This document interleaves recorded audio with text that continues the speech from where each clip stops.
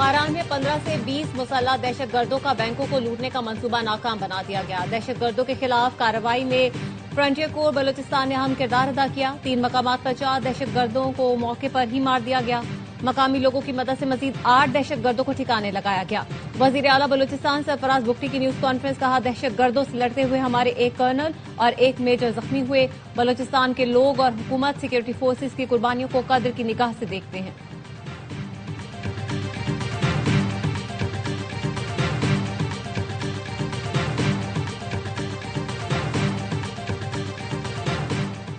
دہشت گردوں کو اٹھا کر بحر ہند میں ڈبو دیں گے۔ پہلے بھی دہشت گردی کا خاتمہ کیا، اس بار بھی کچلا جائے گا۔ وزیر اعظم شہباز شریف کا 2 ٹوک اعلان، کہا کالعدم ٹی ٹی پی افغان طالبان گٹھ جوڑ کے ٹھوس ثبوت ہیں۔ دشمن دہشت گردوں کو ہر طرح کے وسائل فراہم کر رہا ہے۔ قومی پیغام امن کمیٹی سے خطاب میں وزیر اعظم نے کہا، ملک میں قومی یکجہتی اور اتحاد کی ضرورت ہے۔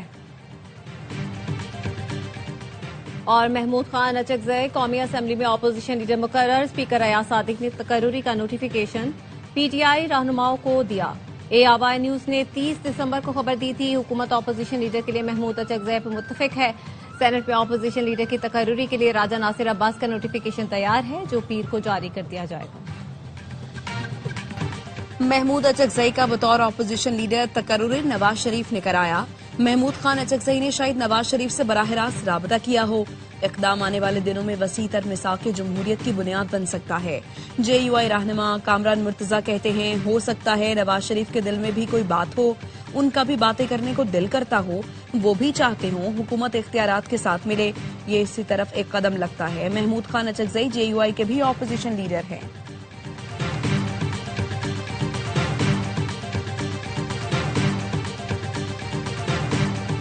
آخرکار ہمیں ہمارا حق مل گیا، chairman P T I barrister Gohar Ali Khan کا کہنا ہے۔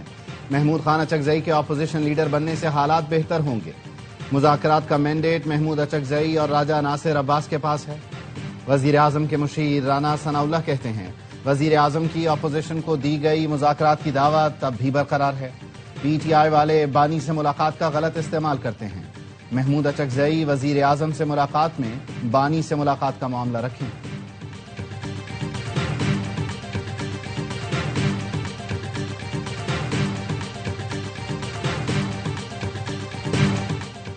مزاحمت کے بعد بھی تو مفاہمت ہی ہوتی ہے، بات چیت سے ہی ملک آگے بڑھ سکتا ہے۔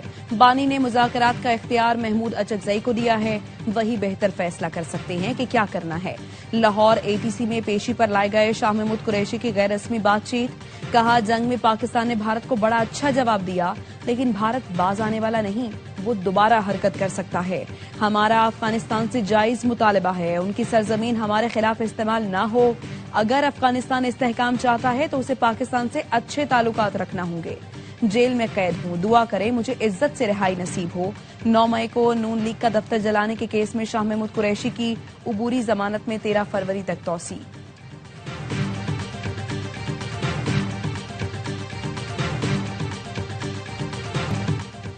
بانی پی ٹی آئی کی کس سے ملاقات کرانی ہے اور کس سے نہیں، اس کا اختیار جیل سپرنٹینڈنٹ کے پاس ہے۔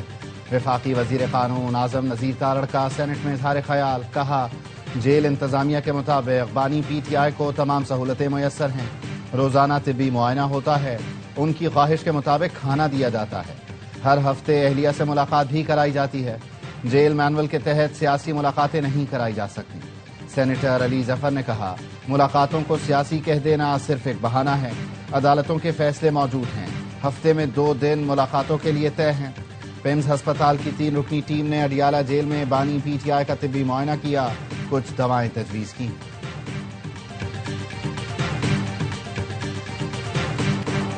کراچی پورٹ پر کپڑے کے کنٹینر میں خوفناک آتش زدگی، آگ لگنے سے 2 درجن سے زائد کنٹینر جل گئے۔ ترجمان ریسکیو کہتے ہیں آگ پر قابو پا لیا گیا ہے، کولنگ کا عمل جاری ہے۔